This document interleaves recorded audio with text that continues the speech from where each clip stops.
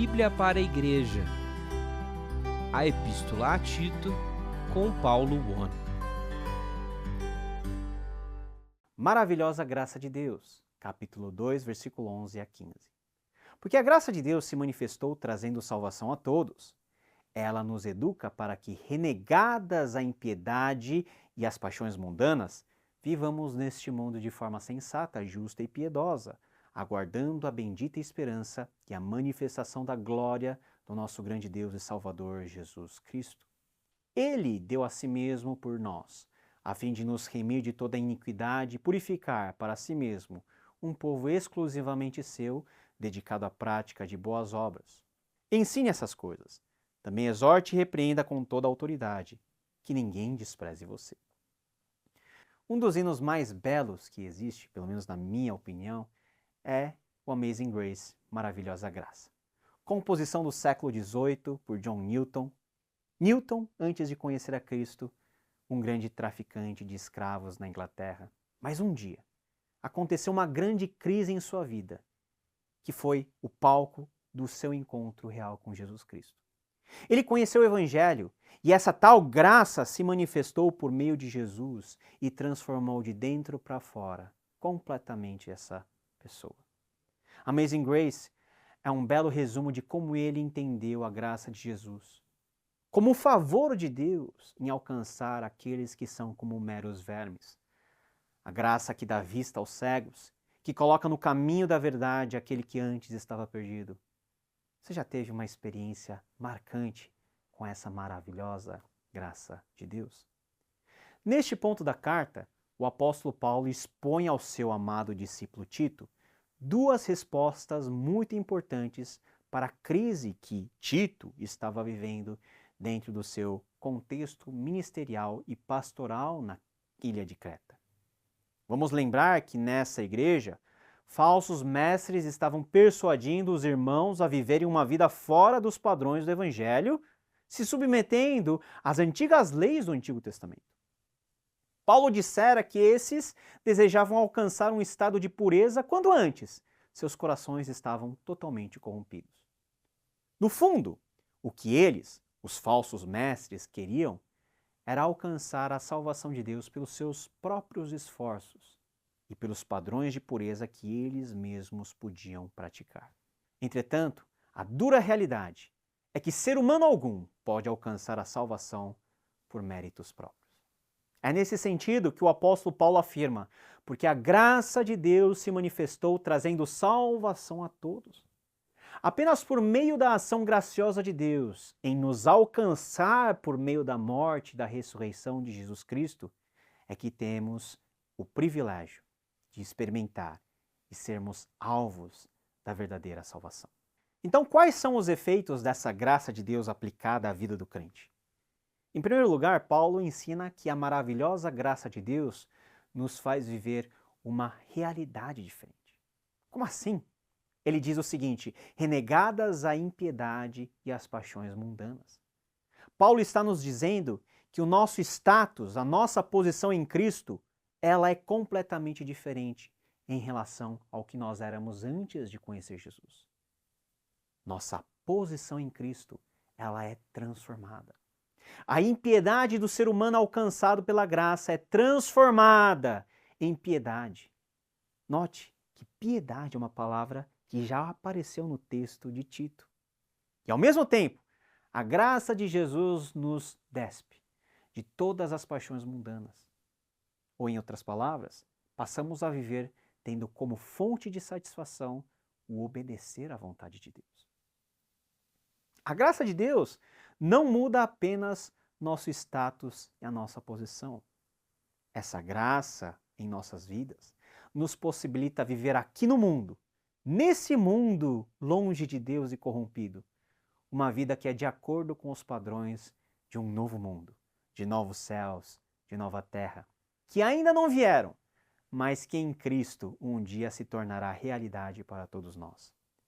Embora ainda não tenhamos a plenitude do cumprimento das promessas de Deus, podemos, pela graça bendita e maravilhosa de Jesus, viver de forma diferente, diferente da impiedade e das paixões carnais que outrora dávamos vazão. Podemos viver neste mundo de forma a imitar, refletir o caráter de Cristo. Sensatez, justiça e piedade. A graça de Deus, meus amados irmãos, na perspectiva de Paulo, não é um simples e mero agir pontual de Deus na vida do crente. Muitos pensam que a graça está restrita tão somente ao momento da nossa salvação. E não é verdade, não. A graça de Deus está presente em nossas vidas em todos os momentos. Aliás, essa graça de Deus se manifesta no eleito antes da sua concepção, quando pelo decreto divino ele é feito já lá na eternidade passada, filho e filha de Deus. A mesma graça atua em nós para que por meio de Jesus Cristo, por meio da fé, possamos entregar nossas vidas a Ele. E a mesma graça nos faz viver neste mundo como testemunhas vivas de Jesus. A vida de cada um de nós que cremos neste mundo é muito importante. Aqui estamos para cumprir o propósito divino de glorificá-lo e anunciar suas maravilhosas obras. Precisamos aqui e agora viver na prática a graça de Cristo que foi derramada nas nossas vidas. Para aqueles que ainda não conhecem a Jesus, possam ser despertados à mesma salvação que hoje já vivemos no Senhor. Querido, viva a graça de Deus dentro do seu cotidiano, dentro do seu dia a dia. Essa maravilhosa graça de Deus também nos possibilita viver o hoje com a esperança no amanhã. Eu costumo dizer que há uma diferença muito grande entre expectativa e esperança. Na vida, podemos ter expectativas de muitas coisas relacionadas àquilo que podem ou não acontecer em um futuro próximo ou longínquo. Entretanto, a esperança em Cristo é infinitamente superior a qualquer tipo de conjectura para o futuro que possamos fazer. A esperança é a firme convicção que Jesus é o começo e o fim da nossa história e que em seu tempo Ele virá estabelecer plenamente seu reino eterno, onde cada um de nós, que fomos alcançados pela maravilhosa graça, pela mesma graça, reinaremos com Ele para todo sempre, em novos céus e nova terra. Por isso, para além da vida que vivemos no presente momento, Paulo nos ensina a vivermos aguardando a bendita esperança e a manifestação da glória do nosso grande Deus e Salvador Jesus Cristo. A última estrofe do hino Maravilhosa Graça nos fala exatamente dessa esperança. Quando estivermos aqui por 10.000 anos, brilhando como o sol, não temos menos dias para cantar louvores a Deus do que quando começamos. Quem é que nos conferiu essa graça tão maravilhosa? Claro que a resposta é Jesus de Nazaré. Paulo faz questão de nos apresentar Jesus nesses termos.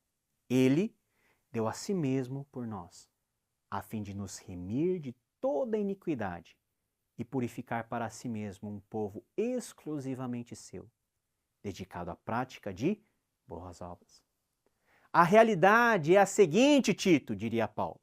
Enquanto os falsos mestres estão alardeando por aí que os crentes devem se submeter às regras da lei para que purifiquem as suas vidas e, como judeus, possam se mostrar piedosos, na verdade, Jesus ele mesmo se entregou na cruz por cada um de nós, para que por meio do seu sangue, todas as nossas impiedades sejam completamente purificadas e para que, na justiça de Cristo, nós possamos viver a verdadeira justiça diante de Deus. A verdadeira piedade e purificação está em crermos em Jesus Cristo. Crermos que a sua justiça foi em nós imputada. Crermos que nele fomos considerados dignos dessa salvação. Não existe atentado maior ao Evangelho da Graça que negar a realidade que essa graça é o favor de Deus a nos alcançar, nós que não merecíamos, para vivermos a realidade bendita daquilo que Deus tem para nós. Fomos salvos pela graça sim. Isso requereu de Cristo o preço pago pelo seu sangue. Logo, eu já não preciso pagar pela minha salvação. Se creio em Jesus e no que Ele fez por mim, esse preço pago por Jesus passa a ser o meu crédito diante de Deus. Mas embora somos salvos pela graça, não somos salvos para viver de forma negligente a graça de Deus. Sabe por quê? Porque a salvação tem uma razão de ser. Jesus nos salvou, segundo Paulo, para remir um povo exclusivamente seu, dedicado à prática de boas obras. Muitas pessoas acham que os protestantes não dão valor para as boas obras. Muito pelo contrário. Cremos que as boas obras verdadeiras são decorrentes da fé que nós temos em Jesus Cristo. Jesus nos chamou para ser um povo de boas obras. E o que são essas boas obras? Utilizando da mesma linguagem da graça que temos dentro desse trecho, as boas obras são os atos de doação aos nossos semelhantes de forma gratuita. Da graça por meio da qual nós somos alcançados, mas que nós somos chamados a também estender a outros. Jesus, lá em Mateus 10:8, ensinou: curem enfermos, ressuscitem mortos, purifiquem leprosos, expulsem demônios. Vocês receberam de graça, portanto, deem de graça. A mensagem da graça é o maior ativo da Igreja de Jesus Cristo. O que a graça de Jesus fez em nós e opera por meio de nós é o conteúdo do Evangelho. É sobre essa mensagem que Paulo ordena solenemente a Tito, dizendo: ensine essas coisas, também exorte e repreenda com toda a autoridade. Toda a igreja tem sobre si a autoridade de Cristo para ensinar acerca do Evangelho. Isso vem primeiro do que métodos de crescimento, do que planejamentos estratégicos, do que gestão de pessoas. A graça é prioridade.